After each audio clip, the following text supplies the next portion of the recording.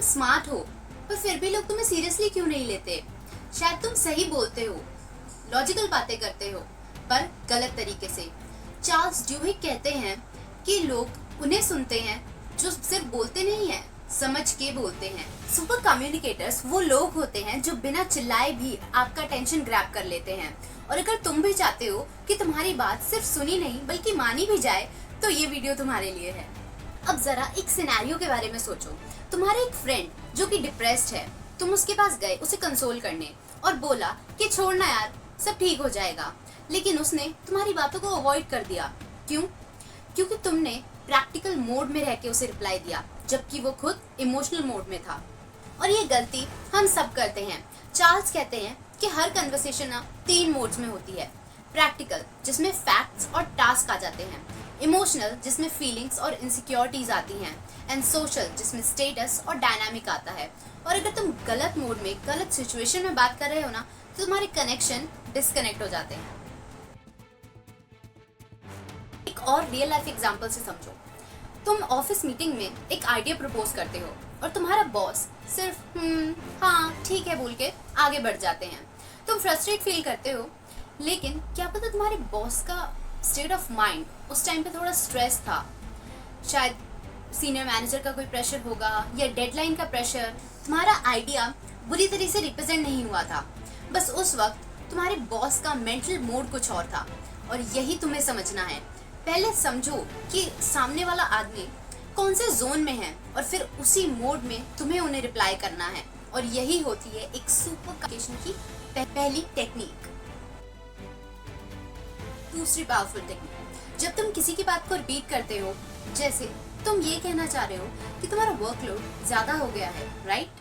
तो उन्हें ऐसा फील होता है कि वो सुने जा रहे हैं। एक बार मेरी कजन भी किसी प्रॉब्लम की वजह से अपसेट थी, तो उसने मुझसे बात की। मैंने उसकी पूरी प्रॉब्लम सुनी और उसे सॉल्यूशन दे दिया। लेकिन उसने मुझे बोला कि यार तू ना मेरी बात को समझ नहीं पा रही है, तू मेरी फीलिंग्स को नहीं समझ पा रही है। तो मैंने कहा कि यार अभी से प्रॉब्लम थी, मैंने सॉल्यूशन दिया, बट ये तो डिसएग्री करेगी। तो फिर मैंने उसकी फीलिंग्स को समझा, उसकी जो भी प्रॉब्लम थी मैंने उसे रिपीट किया और फिर उससे कहा कि क्या अब मैं समझ पा रही हूँ तुम्हारी प्रॉब्लम को या तुम्हारी फीलिंग्स को? तो उसने कहा कि हाँ, फाइनली किसी को तो समझ आया।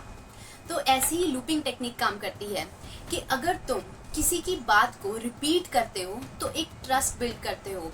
उसे लगता है कि तुम उसके इमोशंस को समझ पा रहे हो, और ये बहुत ही इजी मेथड है और इससे तुम कहीं पे भी ट्राई कर सकते हो। तीसरा लेसन हर रिलेशनशिप में काम आता है। कभी कभी ऐसा हो सकता है कि तुम्हारा दोस्त या तुम्हारा पार्टनर तुमसे कुछ ऐसी बात बोले जिससे तुम एग्री ना करो, लेकिन उस टाइम पे रिटेलिएट करना, उनके आर्ग्यूमेंट को इग्नोर करना या तो फाइट क्रिएट कर सकता है, या हो सकता है कि वो तुमसे नाराज हो जाएं, या वो दुखी हो और उससे और ज्यादा दुखी हो जाएं। तो इसकी बजाय तुम ये कर सकते हो कि वहाँ बोलो कि हाँ यार, मैं समझ सकता हूँ कि तूने वहाँ ऐसे क्यों किया, और शायद तेरी जगह मैं होता तो मैं भी यही करता। अब इसके आगे तुम अपना आर्गुमेंट दे सकते हो। इससे होगा क्या कि तुमने उनके इमोशंस को वैलिडेट भी दे दिया और उनसे डायरेक्टली एग्री भी नहीं किया। अब जब तुम जो आर्गुमेंट दोगे या उन्हें सॉल्यूशन दोगे, तो वो सुनेंगे भी और उसे मानेंगे भी। तुम अपने बेस्ट फ्रेंड को एक बिजनेस आइडिया के बारे में बहुत ही एक्साइटेड होकर बताते हो, और पूरा बताने के बाद वो तुम्हें कहता है कि हाँ यार देखते हैं। तुम्हें लगता है कि शायद उसे इंटरेस्ट नहीं है, लेकिन इन रियलिटी गलती तुम्हारे आइडिया में नहीं है, तुम्हारे बताने के तरीके में है। अगर डायरेक्टली आइडिया बताने की बजाय तुम उससे पहले ही कहते कि यार तुझे क्या लगता है कि इस आइडिया में क्या क्या चैलेंजेस आ सकते हैं हमें, तो उसका माइंड तुम्हारे साथ एंगेज करता और वो तुम्हारी आइडिया पे या तुम्हारे ओपिनियंस पे सीरियसली सोचता। और इसे ही कहते हैं ask before you tell method, जिससे तुम सामने वाले का मेंटल स्विच ऑन कर सकते हो, जिससे कि वो तुम्हारे साथ तुम्हारी कन्वर्सेशन में एक्टिवली एंगेज करेगा। तुम एक ऑफिस प्रेजेंटेशन में अपने डाटा को इतनी डिटेल में एक्सप्लेन करने लगते हो कि 10 मिनट बाद ही लोग बोर्ड होने लगते हैं। तुम तेज बोल के या अपने पॉइंट्स बार बार रिपीट करके उनका अटेंशन गेन करने की कोशिश करते हो, लेकिन असर 0 होता है। क्यों? क्योंकि क्लैरिटी बीट्स वॉल्यूम। तुम जितना सीधा और क्रिस्प पॉइंट रखोगे ना, उतना ज्यादा लोग तुम्हें सुनेंगे।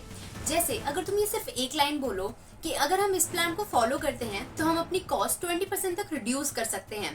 बस इतना ही।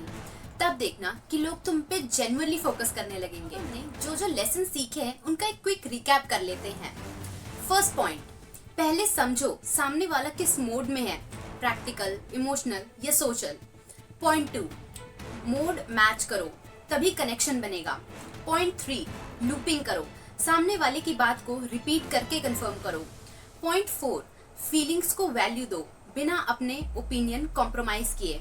एंड पॉइंट 5, अपनी बात शॉर्ट, क्लियर और सॉलिड रखो ताकि हर वर्ड स्ट्राइक करे।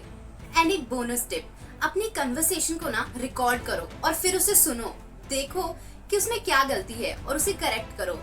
ये चीज तुम्हारी कम्युनिकेशन स्किल्स को और अच्छा कर देंगी। अगर तुम चाहते हो कि तुम्हारी बात सिर्फ सुनी ही नहीं बल्कि मानी भी जाए तो अभी से इन टेक्निक्स को ट्राई करना स्टार्ट कर दो।